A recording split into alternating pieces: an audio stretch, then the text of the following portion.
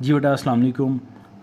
बेटा last time हमने topicals kinematics के टॉपिकल्स जो थे उनका क्वेश्चन नंबर 70 एमसीक्यू नंबर 70 जो है ये डिस्कस किया था। इसके बाद आज मैं 71 से 79 तक के जो क्वेश्चंस हैं आपके वो डिस्कस करूँगा, ठीक है। So we have question number 71 है हमारे पास। An object travels at a constant speed. An object travels at a constant speed of 10 meter per second for 10 seconds. During the next 5 seconds, it accelerates uniformly to 20 meter per second. और हमें speed time graph given है बेटा। First 10 seconds के लिए एक object 10 metre per second से travel करता है और कांस्टेंट स्पीड से। कांस्टेंट स्पीड का मतलब होता है यूनिफॉर्म स्पीड। यूनिफॉर्म स्पीड का मतलब होता है no change in speed, no increase in speed, no decrease in speed, flat road, ठीक है। उसके बाद ड्यूरिंग द नेक्स्ट 5 सेकेंड्स, और बेटा फर्स्ट 10 सेकेंड्स तक तो वो कांस्टेंट स्पीड से मूव कर रहे हैं ना। उसके बाद ड्यूरिंग द लास्ट 5 सेकेंड्स या during the next 5 seconds it accelerates. ये देखो ये एक्सेलरेट कर रहा है, एक्सेलरेट हो रहा है यूनिफॉर्मली। और आपको पता है स्ट्रेट लाइन का मतलब होता है यूनिफॉर्म। अच्छा, अभी हमने करना क्या इसका, what is the total distance travelled by the object. Speed time graph given है, हमने डिस्टेंस बताना है, टोटल डिस्टेंस। तो बेटा आपको एक चीज़ पता है ना, स्पीड टाइम ग्राफ का जो एरिया अंडर द ग्राफ होता है, स्पीड टाइम ग्राफ का जो एरिया अंडर द ग्राफ होता है वो डिस्टेंस के इक्वल होता है। तो हमने टोटल डिस्टेंस बताना है।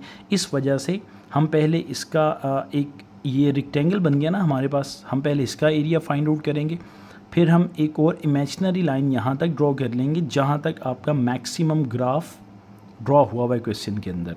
और बेटा ये वाला आपके पास सेकंड रेक्टेंगल बन गया और ये अपर साइड पे आपके पास एक ट्रायंगल आ रही है, ठीक है। अब बेटा फर्स्ट रेक्टेंगल का एरिया कैसे आएगा, लेंथ इनटू ब्रेड्थ, ओके। सो 0 से लेके 10 तक, 10 आपके पास लेंथ है और हाइट कितनी है आपके पास बेटा, या ब्रेड्थ कितनी है आपके पास, 10। सो 10 इंटू 10 आपके पास आंसर आ जाएगा 100 मीटर्स। ये 100 मीटर आपके पास इस रेक्टेंगल का एरिया है। उसके बाद आपके पास ये जो स्मॉलर ट्रायंगल है इसको आप यहाँ पे देखो बेटा, 15 सेकंड्स में से 10 सेकंड्स को माइनस कर दो, यू विल गेट 5 और लेंथ आपकी 5 है, हाइट कितनी आ रही है 10। सो बेटा 10 into 5 you will get 50 metres, 50 metre distance of this rectangle. उसके बाद जनाब आपके पास आएगा upper side of triangle. Area of triangle का फॉर्मूला क्या होता है, हाफ इंटू बेस। बेटा बेस रेक्टेंगल जितनी होगी, जितनी रेक्टेंगल की यहाँ पे लेंथ थी 5 सेकेंड्स, उतनी यहाँ पे लेंथ होगी इस ट्रायंगल की, यहाँ पे 5 आ जाएगा। So half into base into height. Height बेटा कितनी होगी, ये देखो 20 में से 10 को सब्ट्रैक्ट कर दो, यू विल गेट 10। सो इसको सोल्व कर लें आप, 2 1s are 2, 2 5s are 10 और बेटा 5 into 5 you will get 25 metres. अब बेटा टोटल डिस्टेंस पूछा हुआ है ना एग्जामिनर ने, टोटल डिस्टेंस, इसका मतलब ये होगा कि आप 100 metre plus 50 metre, it's suppose to be 150 metre, इस 150 मीटर में आप ये वाला 25 मीटर ऐड कर दो, you will get 175 metres. So B option is correct. उसके बाद जनाब MCQ number 72, a lorry takes 15 minutes to travel along the path PQRS। तो बेटा एक लॉरी है हमारे पास जो P से Q पे जाती है, Q से R पे जाती है, R से S पे जाती है। करना कि हमने what is the average speed of the lorry, हमने average speed of the lorry बताना है। और सबको पता है एवरेज स्पीड किसके इक्वल होता है, total distance divided by total time. तो इसके बाद अब आपके पास आ सकता है what about the total distance.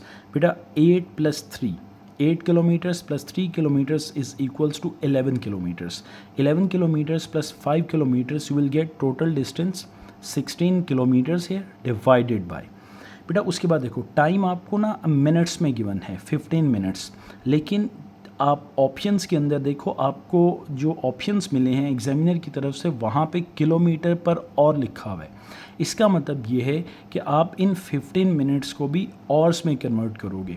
तो आपको एक चीज़ तो पता भी है और मैं बता भी देता हूँ कि 0.5 आवर का मतलब क्या होता है, 30 मिनट्स, ऐसी बात ही है ना, 30 मिनट्स।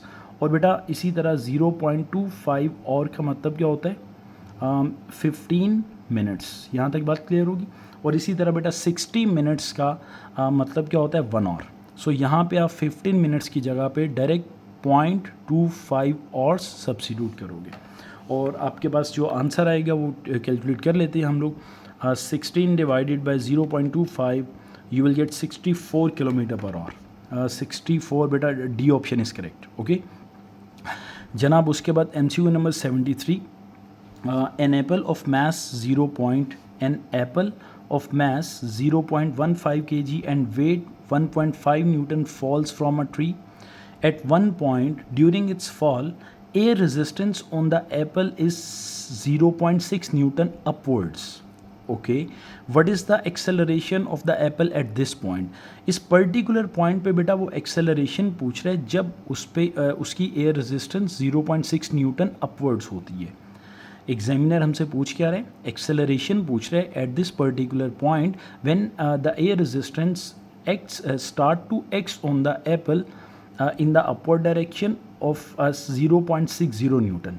तो इसका मतलब ये है कि अगर आपके पास एक एप्पल था, इस एप्पल का बेटा वेट भी दिया हुआ है ना, वो वेट है इस एप्पल का 1.5 newton and weight is the vertical downward force. Weight हमेशा नीचे की तरफ एक्ट करेगा और बेटा इसके साथ ही एक एयर रेजिस्टेंस भी एक्ट करेगी ऊपर, गिवन बाय द एग्जामिनर जो आपके पास है।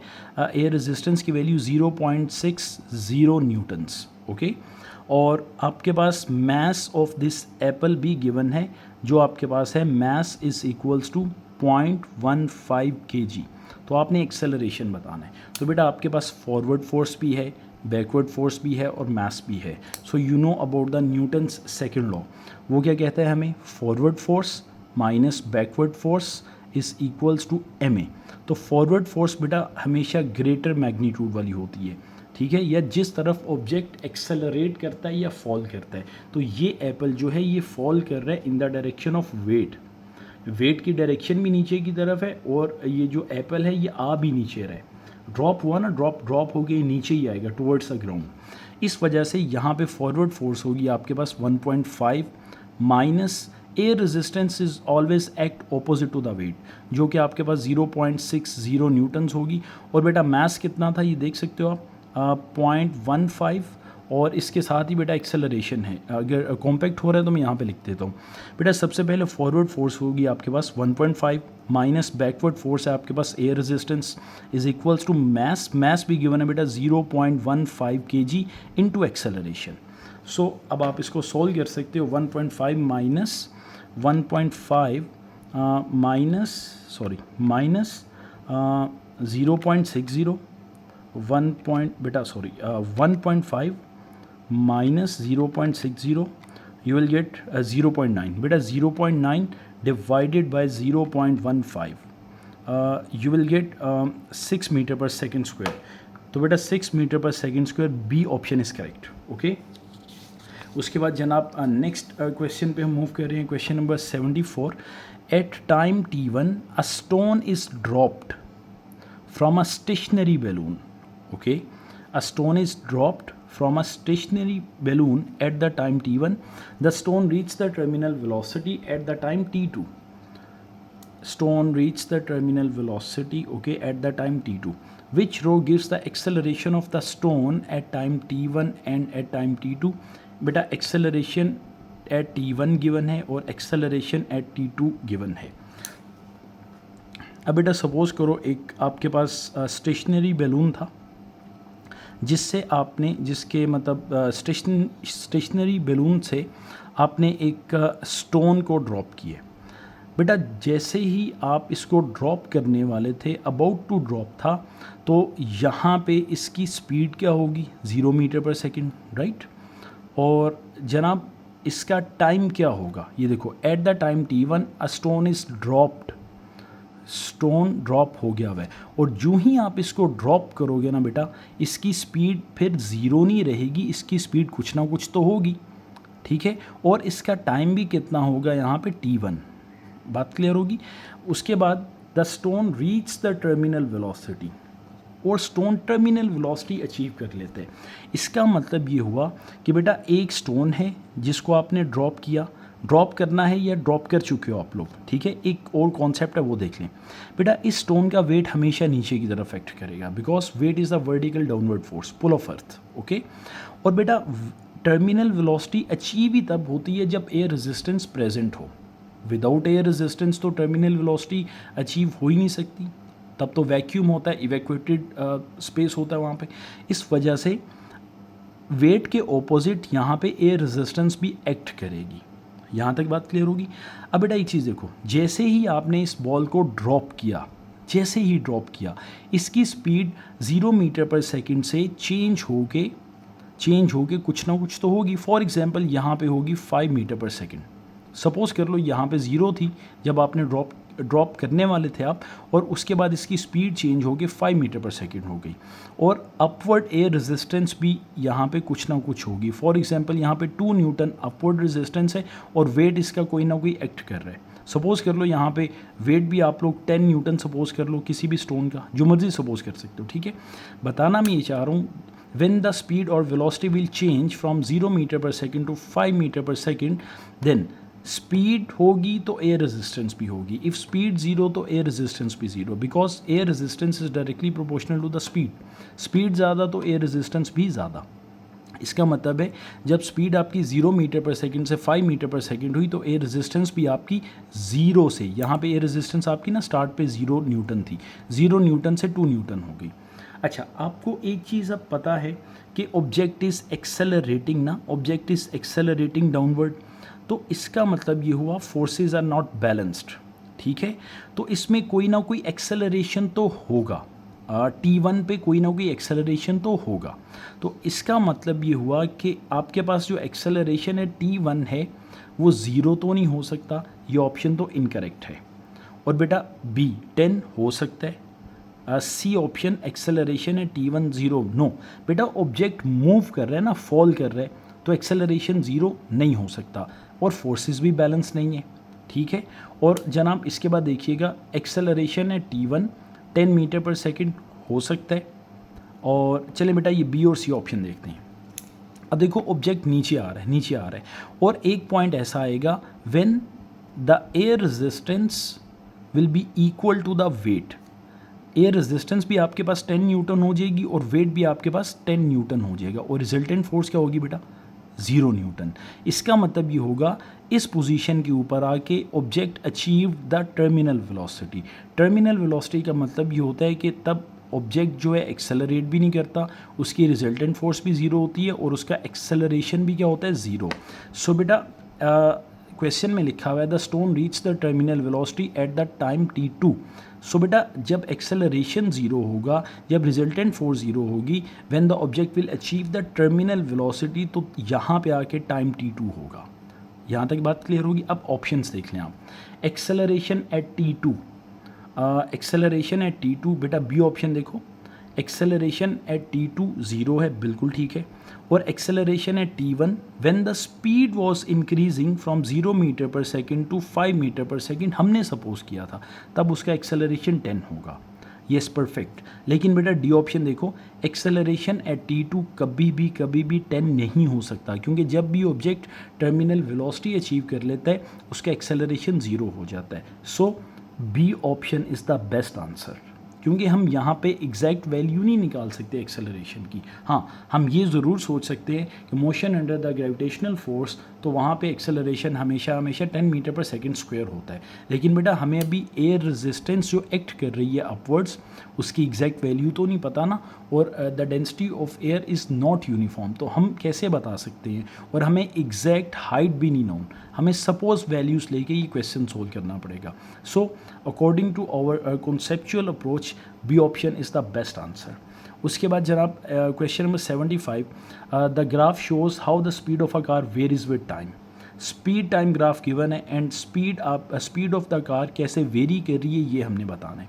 Which statement about the acceleration of the car between 10 seconds to 20 seconds is correct. बेटा सिंपल सी बात है, देखो स्पीड टाइम ग्राफ की जो स्लोप या ग्रेडियंट होता है वो एक्सेलरेशन के इक्वल होता है। तो अब आप ये देखो, हमने एक्सेलरेशन बताना है 10 सेकंड से लेके 20 सेकंड्स तक, तो बेटा 10 सेकंड्स पे ऊपर देखो आप, और यहाँ पे 20 सेकंड्स तक। सो बेटा फ्रॉम 10 टू 20 सेकेंड्स, ये चीज़ देखो आपके पास ये बिल्कुल फ्लैट रोड है, फ्लैट, नो स्टीपनेस, नो चढ़ाई नो उतराई, मतलब यहाँ पे आपके पास ज़ीरो स्लोप है। ज़ीरो स्लोप का मतलब ये हुआ कि ज़ीरो एक्सेलरेशन है, because in the speed time graph the gradient और slope is equals to acceleration. जो स्लोप का आंसर होगा वही एक्सेलरेशन का आंसर होगा। सो 10 सेकेंड से 20 सेकेंड्स तक acceleration zero, so body is not accelerating. और बेटा एक चीज़ और, resultant force is also zero. So अब ऑप्शंस रीड करते हैं हम। द एक्सेलरेशन डिक्रीजेस, नो बेटा, एक्सेलरेशन ना यहाँ पे डिक्रीज कर रहा था, इतने पोर्शन के अंदर देखो एक्सेलरेशन डिक्रीज हो रहा था, क्योंकि this line is getting parallel to X axis. So यहाँ पे ग्रेडियंट इज पॉजिटिवली डिक्रीजिंग, ठीक है। और द एक्सेलरेशन इंक्रीजेस, नहीं बेटा एक्सेलरेशन इंक्रीज तो हो ही नहीं सकता। एक्सेलरेशन इंक्रीज तब होता जब ये वाला ग्राफ आपका वाई एक्सिस के पैरेलल ट्रेंड में होता है ऐसे, तो ऐसा तो पॉसिबल नहीं है। द एक्सेलरेशन इज़ कांस्टेंट, बेटा कांस्टेंट एक्सेलरेशन आपके पास तब होता जब आपका स्पीड टाइम ग्राफ एक स्ट्रेट लाइन में होता। बात क्लियर होगी। So the acceleration is zero, yes acceleration is zero here because there is no change in speed. आप ऐसे भी सोच सकते हो, ये स्टार्ट पॉइंट है 10 सेकेंड्स वाला और 20 सेकेंड्स वाला एंड पॉइंट है। जो स्पीड की वैल्यू स्टार्ट पे है वही स्पीड की वैल्यू आपके पास एंड पे है। इसका मतलब ये हुआ एक्सेलरेशन तो आपके पास होता है change in speed. Change in speed का मतलब होता है final speed minus initial speed. तो बेटा 15 में से 15 को माइनस कर दो, टाइम आपके पास 20 में से 10 माइनस करके 10 आ जाएगा, 0/10, so you will get 0 metre per second square. तो ऐसे भी आप इसको सोल्व कर सकते थे, ठीक है। सो ओवर और डी ऑप्शन इज़ करेक्ट। उसके बाद जनाब MCQ number 76, the diagram shows a car going around a circular track at constant speed, which arrow shows the direction of the resultant force. बेटा कोई भी चीज़ जब सर्कुलर मोशन में move कर रही होती है तो उस पर एक ही फोर्स होती है। There is only one force required which is inward directed towards the centre, radially inward directed towards the centre, वो होती है आपके पास centripetal force. Centripetal force is the unbalanced resultant force. बेटा सेम इस टाइप का कॉन्सेप्ट मैंने 5 से 7 MCQs में प्रीवियस वीडियोस के अंदर डिस्कस किया हुआ है। सो डी ऑप्शन इज़ करेक्ट, ये आप लोगों को आता भी अच्छे से, ठीक है। नेक्स्ट हम करते हैं क्वेश्चन नंबर 77। यस जनाब यहाँ पे देखिएगा, a car has stopped at a red light, when the light change to green the car starts moving with a constant acceleration. Okay, the graph represents this motion y axis and x axis। और बेटा ये वाला जो gradient है ना आपके पास, ये वाला ग्रेडियंट है आपका पॉजिटिव इंक्रीजिंग, चढ़ाई है तो positive, and this line is getting parallel to y axis, तो positive increasing gradient. Okay, which quantity is plotted on x axis and which quantity is plotted on y axis। बेटा simple सी बात है, इस तरह की सिचुएशन में ना x axis पे हमेशा टाइम होता है, because time is independent variable and it is also the convention of physics. So यहाँ पे एक्स एक्सिस पे टाइम चाहिए हमें, इसका मतलब हुआ ए ऑप्शन और बी ऑप्शन तो इनकरेक्ट हैं, क्योंकि एक्स एक्सिस पे टाइम नहीं है, डिस्टेंस और स्पीड है, ऐसा पॉसिबल नहीं है। उसके बाद जनाब यहाँ पे देखिएगा एक्स एक्सिस के ऊपर आपके पास टाइम और डिस्टेंस होगा या आपके पास टाइम और स्पीड होगी। बेटा इस MCQ को ना अगर तो कॉन्सेप्चुअली सोल्व करना है तो ज़रा 2 मिनट के लिए आपको अटेंशन रखनी पड़ेगी यहाँ पे। अब एक चीज़ देखिएगा आप लोग, ये पॉजिटिवली इंक्रीजिंग ग्रेडियंट है ना, और ये देखो यहाँ पे क्वेश्चन में लिखा हुआ है when the light changes to green the car starts moving with constant acceleration. Constant acceleration का मतलब होता है यूनिफॉर्म एक्सेलरेशन। यूनिफॉर्म एक्सेलरेशन, तो यूनिफॉर्म एक्सेलरेशन का मतलब ये है कि अगर आप लोग बेटा एक्सेलरेशन टाइम ग्राफ ड्रॉ करो तो यूनिफॉर्म एक्सेलरेशन का मतलब यही है ना कि there is constant acceleration, acceleration की value is not changing. For example यहाँ पे आपका एक्सेलरेशन है 2 मीटर पर सेकेंड स्क्वायर, तो गाड़ी जो है ना वो कांस्टेंट एक्सेलरेशन से ही मूव करेगी, ये क्वेश्चन में दिया हुआ है, ठीक है। अच्छा उसके बाद बेटा एक चीज़ ऑब्जर्व करो, अगर एक्सेलरेशन टाइम ग्राफ से मैं इस ग्राफ को आपका वेलोसिटी टाइम या स्पीड टाइम में कन्वर्ट करना चाहूँ तो मैं कैसे करूँगा? देखो बेटा, वेलोसिटी टाइम ग्राफ का जो ग्रेडियंट या स्लोप है वो एक्सेलरेशन है। बात क्लियर होगी? सो अगर तो आपने वेलोसिटी टाइम ग्राफ को एक्सेलरेशन टाइम ग्राफ में कन्वर्ट करना होगा तो आप हमेशा क्या देखोगे? आप हमेशा ग्रेडियंट या स्लोप देखोगे। और अगर आपने एक्सेलरेशन टाइम ग्राफ को वेलोसिटी टाइम ग्राफ में कन्वर्ट करना हो तो आप क्या देखोगे? Values written on acceleration graph, values calibrated on the acceleration graph, अब वो देखोगे। For example, now I want to convert this acceleration time graph into velocity time graph. अब देखो, एक्सेलरेशन की value 2 metre per second square is not changing because acceleration is positive uniform. बात clear होगी? इसका मतलब ये होगा कि आपके पास जो एक्सेलरेशन की वैल्यू है वो चेंज नहीं हो रही, कांस्टेंट है। तो यहाँ पे वेलोसिटी टाइम ग्राफ पे आप पता क्या करोगे? आप ऐसे देखोगे, एक्सेलरेशन की वैल्यू है 2 metre per second square, 2 metre per second square, मतलब एक्सेलरेशन की value is constant, not changing. तो यहाँ पे एक्सेलरेशन की वैल्यू अगर कांस्टेंट है, पॉजिटिवली कांस्टेंट है ना, देखो पॉजिटिव साइड पे पॉजिटिवली कांस्टेंट है, तो यहाँ पे आप वेलोसिटी टाइम ग्राफ पता कौन सा बनाओगे? Positively constant gradient. मतलब अब आप ऐसे सोचो, एक्सेलरेशन की value 2 metre per second square थी, ठीक है, और एक्सेलरेशन आपका पॉजिटिव यूनिफॉर्म था। यहाँ तक बात क्लियर होगी?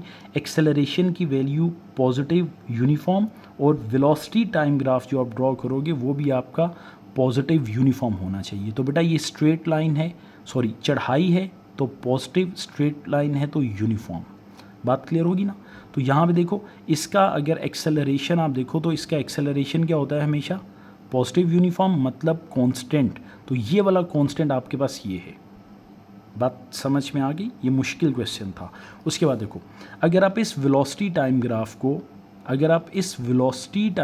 को इसमें करना, वेलोसिटी टाइम या स्पीड टाइम, बेटा वेलोसिटी टाइम या स्पीड टाइम, परेशान नहीं होना, एक ही बात है, ठीक है।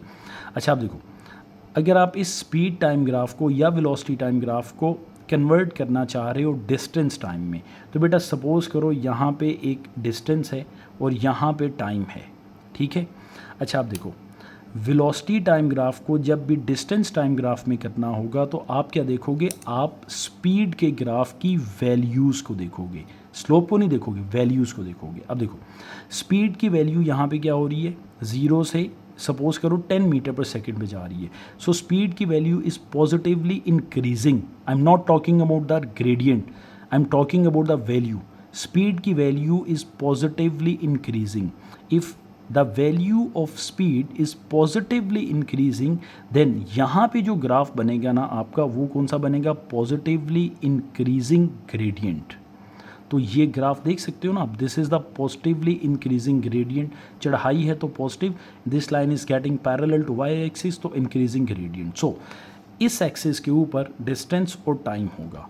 सो टाइम आपका एक्स एक्सिस पे होना चाहिए था बेटा, और वाई एक्सिस पे डिस्टेंस होगा। Good. So C option is correct. D option क्यों नहीं हो सकता? ये देखिएगा, टाइम तो एक्स एक्सिस पे ही है ना, वाई एक्सिस पे स्पीड है। तो यहाँ पे एक चीज़ देखो, which quantity is plotted on the axis and which quantity is plotted on the Y axis. तो यहाँ पे एक चीज़ आप देखो, स्पीड की वैल्यू जो हो रही है ना आपके पास, when the car change to green the car starts moving with a constant speed, constant acceleration. तो कांस्टेंट एक्सेलरेशन का मतलब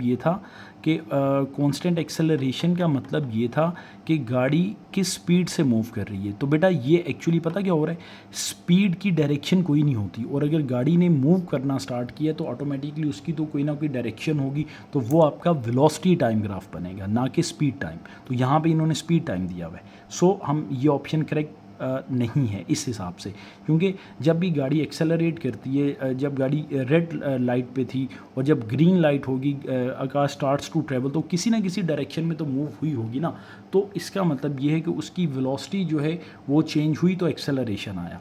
लेकिन बेटा यहाँ पे उन्होंने स्पीड दिया हुआ है, तो स्पीड तो आपको पता है स्केलर क्वांटिटी होता है and velocity is a vector quantity, magnitude plus direction.